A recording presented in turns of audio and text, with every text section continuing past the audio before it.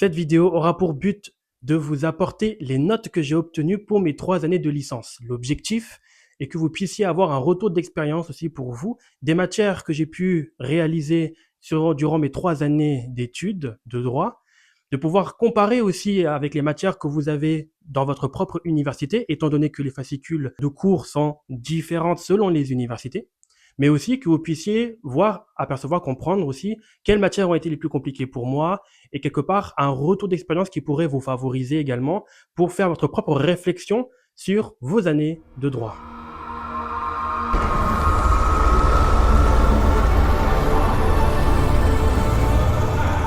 On va commencer dès la première année. La toute première année de droit a été beaucoup plus marquée par le droit constitutionnel et le droit public surtout. Il n'y a pas eu de droit privé, en tout cas, c'était pas tant que ça. Dès la première année, ce sera surtout des matières qui fonctionneront un peu à l'entonnoir, où on restera surtout sur la surface, comme par exemple l'introduction au droit, comme par exemple le droit constitutionnel, les institutions administratives, etc. Vous pouvez très bien avoir mal commencé, mais bien terminé. Je préfère d'abord faire un petit rappel de comment est-ce qu'on réussit une année universitaire en général. Il y a 3 méthodes, j'ai déjà pu le dire précédemment. La toute première méthode pour réussir une année universitaire, c'est d'avoir une note au-dessus de la moyenne dans vos 2 semestres. Dans ce cas-là, vous passez directement à l'année suivante. La deuxième méthode, c'est par compensation, c'est-à-dire que vous avez une note comme par exemple 12 au premier semestre, puis vous avez 9 au deuxième semestre. En faisant la somme des deux, vous arrivez à une note globale qui est au-dessus de la moyenne exigée à l'année, et donc vous passez à l'année suivante. Troisième méthode, il s'agit de la JAC, car à supposer que vous n'ayez pas eu une note globale qui soit à la moyenne, qui est attendue, vous pouvez très bien passer à l'année suivante, tout en rattrapant les matières dont vous avez échoué, par exemple en première année, et que vous allez devoir les rattraper durant votre deuxième année. Voilà comment est-ce que ça se passe pour réussir une année universitaire. En ce qui me concerne, les 2 premières années, je les ai réussites par compensation. Et la dernière année, je l'ai réussi tout simplement en ayant eu une note au-dessus de la moyenne dans les 2 semestres. La matière droit des personnes et de la famille était une matière qui était relativement compliquée pour moi. C'était pas aussi simple. Et à ce que je sache, je n'ai pas eu de livre en rapport avec ça. Non. Pour droit des personnes, j'ai eu 8,50 en général. Tandis qu'en droit de la famille, j'ai eu 11. C'est très moyen.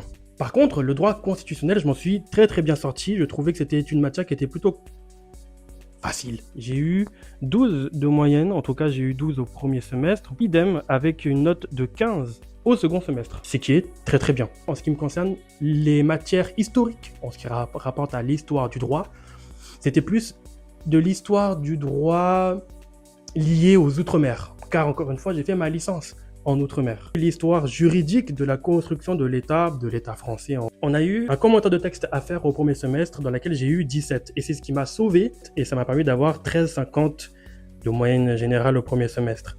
Enfin, pour ce qui s'agissait de l'histoire constitutionnelle de l'Outre-mer, eh bien j'ai eu 18 aussi bien en examen DCM qu'en examen de TD. Et si jamais vous avez remarqué, l'examen que l'on a eu en TD, il s'agissait d'une note de synthèse au second semestre, dès la première année.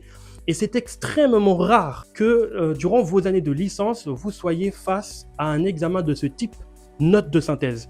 La note de synthèse est exigée durant l'examen du CRFPA pour rentrer à l'école d'avocat. Mon université a exigé dès la première année de réaliser une note de synthèse. Et évidemment, j'imagine que les exigences des professeurs dès la première année n'étaient pas aussi poussées qu'au CRFPA. Il y a bien une matière où j'ai eu 0, ce sont les relations internationales et organisation de l'Union européenne. Et à côté de ça, j'ai eu 13 en relations internationales et géopolitiques. J'aimais beaucoup les relations internationales, je trouvais que c'était plutôt, voilà, que c'était encore une fois une matière plutôt simple à comprendre.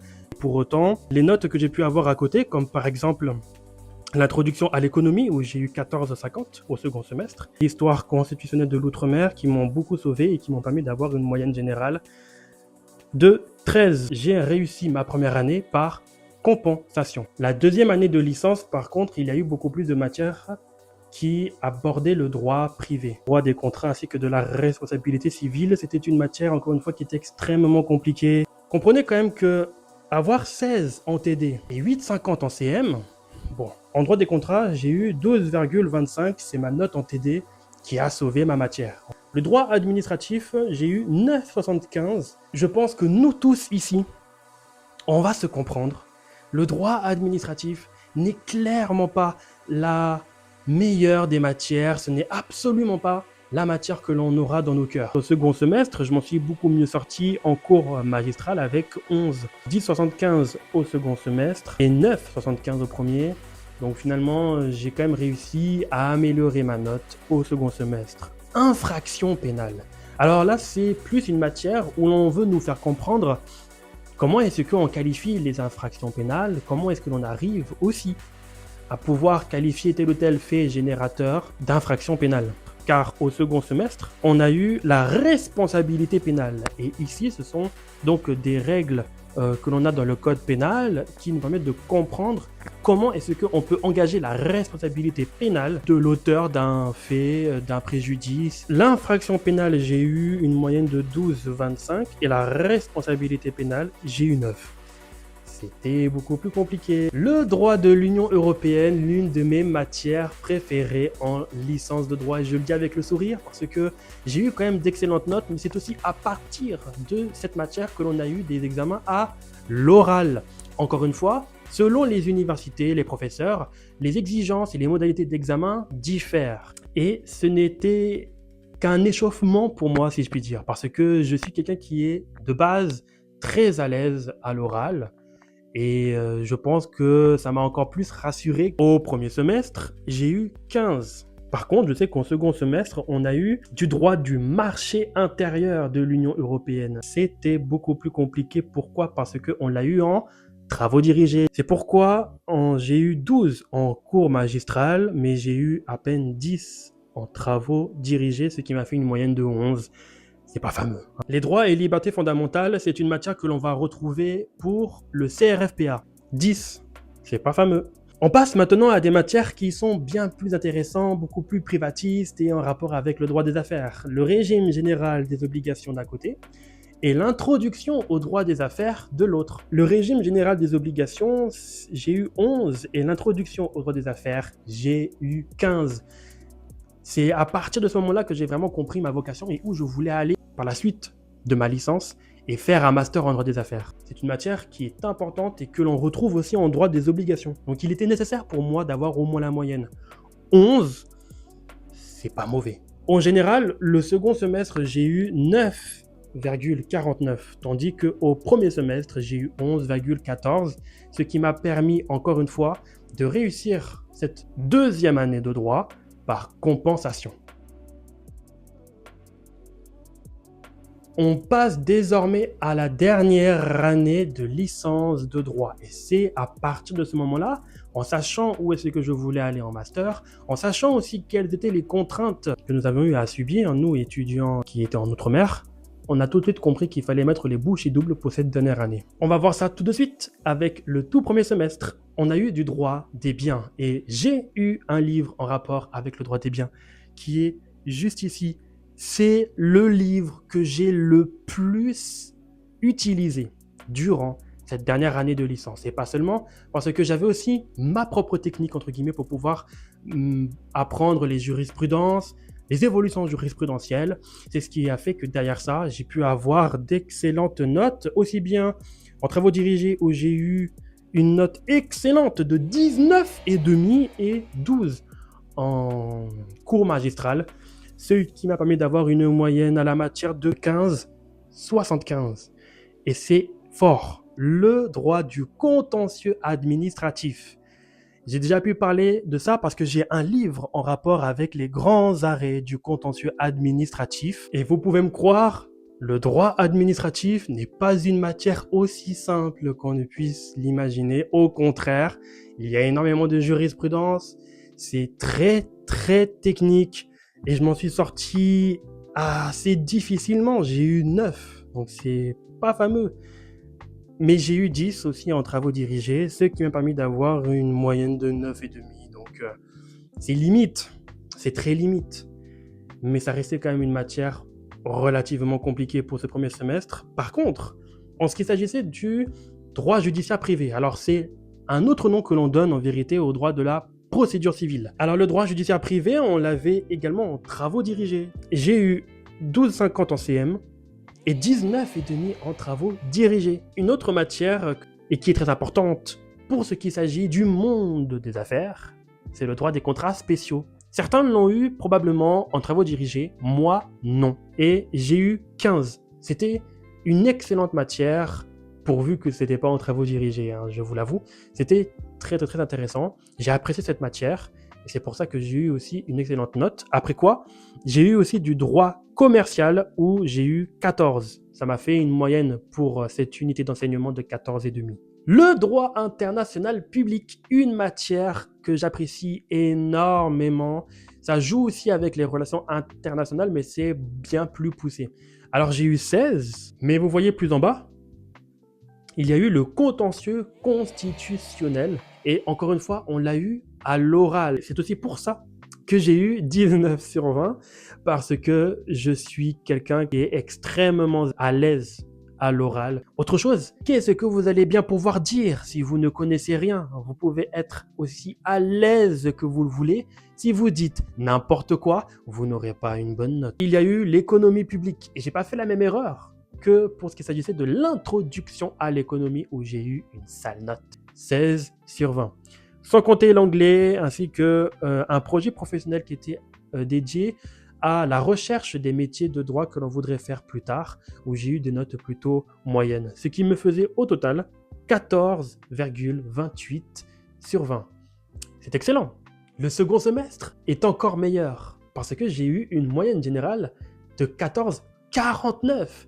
C'est encore plus qu'au premier semestre. Et donc, vous le comprenez bien, pourquoi est-ce que j'ai fini par avoir ma licence avec mention bien? C'est parce que ces 2 semestres se sont extrêmement bien passés pour moi. Si au premier semestre, j'ai eu du droit privé des biens, cette fois-ci, on passe au droit administratif des biens. Avec 12 en cours magistral, 14,5 en travaux dirigés, ça me fait une moyenne de 13,25.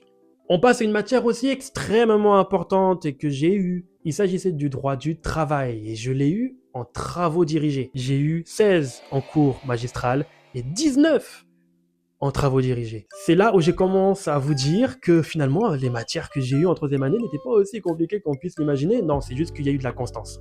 C'est de la constance, de la constance, de la constance et de la répétition sur les révisions qui a fait que j'ai pu avoir ces notes-là. Ça m'a permis d'avoir une moyenne de 17,50 pour la matière droit du travail. Théorie générale de l'impôt, source de revenus, entre autres, le droit fiscal.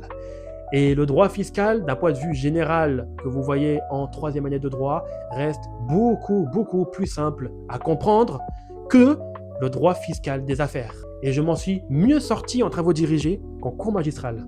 La preuve, j'ai eu 15 en TD et 11 en CM. Ça m'a permis d'avoir une moyenne de 13 en droit fiscal. On revient encore sur du droit pénal. Alors, il y a eu l'infraction pénale dans un premier temps, la responsabilité pénale de l'autre, mais qu'en est-il de la procédure? Et là, c'était beaucoup plus simple pour moi. Alors, grâce au code de procédure pénale, j'ai pu mieux comprendre de quoi est-ce qu'on allait aborder. Et j'ai eu 12. Ensuite, il y a eu le droit des sociétés. Et ça m'a encore plus convaincu que je me devais de rentrer dans le domaine du droit des affaires tellement ce monde-là affairiste était bien plus intéressant pour moi. Quels sont les types de sociétés? Comment faire un apport dans une société? Des éléments extrêmement importants que l'on voit en droit des sociétés. Et j'ai eu 12. 12, ça me semblait insuffisant. Et on passe encore à une autre matière en rapport au droit des affaires, ce sont les droits des sûretés. Je ne l'ai pas eu en travaux dirigés. Alors j'ai eu 17. Les sûretés, c'est un terme juridique pour parler de garantie. L'histoire des idées politiques. Là, c'était plutôt intéressant. Pourquoi? On abordait d'une façon plutôt philosophique le droit. Il y avait une forme de philosophie dans l'introduction du droit, de la vie en cité. C'est pourquoi j'ai eu la note de 16 sur 20. Et puis, je me suis dépassé en anglais en ayant eu 17. Je me suis dit que là, il fallait mettre les bouchées toutes. 13 en atelier d'insertion professionnelle. En somme, ça m'a permis d'avoir 14,49 au second semestre, ce qui m'a permis d'avoir ma licence avec mention bien.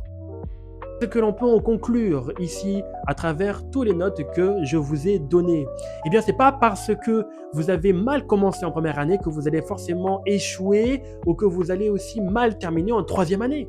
Je suis la preuve vivante que malgré les difficultés que l'on peut avoir en première année en étant introduit par des matières juridiques que je n'ai jamais vues de ma vie avant ça au lycée, eh bien que j'ai fini finalement par terminer la course de la meilleure des manières en troisième année. C'était exceptionnel. Tout ça pour dire que le plus important n'est pas tant comment est-ce que vous réussissez. Le plus important, c'est que vous réussissez. Je suis arrivé deuxième de ma promotion en dernière année de licence.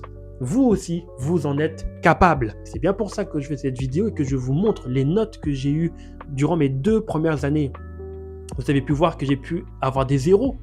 Il y avait des matières où j'ai eu des 6, des 8, des notes en dessous de la moyenne. Et pour autant, vous voyez que j'ai pu finir et achever la licence en ayant eu des 14, des 16, des 19 et demi. Tout ceci est possible avec la rigueur et la constance. Encore une fois, vous pouvez y arriver, vous pouvez le faire. Pour toutes les personnes qui sont en licence de droit et qui ont mal commencé et qui ont peut-être même dû passer des rattrapages ou qui peut-être même ont échoué leur première année ou leur deuxième année, sachez que vous pouvez y arriver et que vous pouvez aller jusqu'au bout. J'espère que cette vidéo vous aura plu. N'hésitez surtout pas à mettre un like sur cette vidéo. Sachez également que je vais bientôt créer, je crois, une cagnotte Tipeee pour pouvoir financer ce deuxième examen du CRFPA qui est payant. Et oui, ça coûte extrêmement cher de réaliser l'examen pour rentrer à l'école d'avocat. Je vous invite à voir mes dernières vidéos où je vous conseille les livres qui pourraient vous favoriser votre réussite en licence ainsi qu'en master de droit des affaires. Et évidemment, pour ceux qui n'ont encore pas vu, ma toute première vidéo qui est la cérémonie des diplômes de master. Je vous souhaite une excellente soirée, une excellente journée. C'était Lio. Au revoir tout le monde.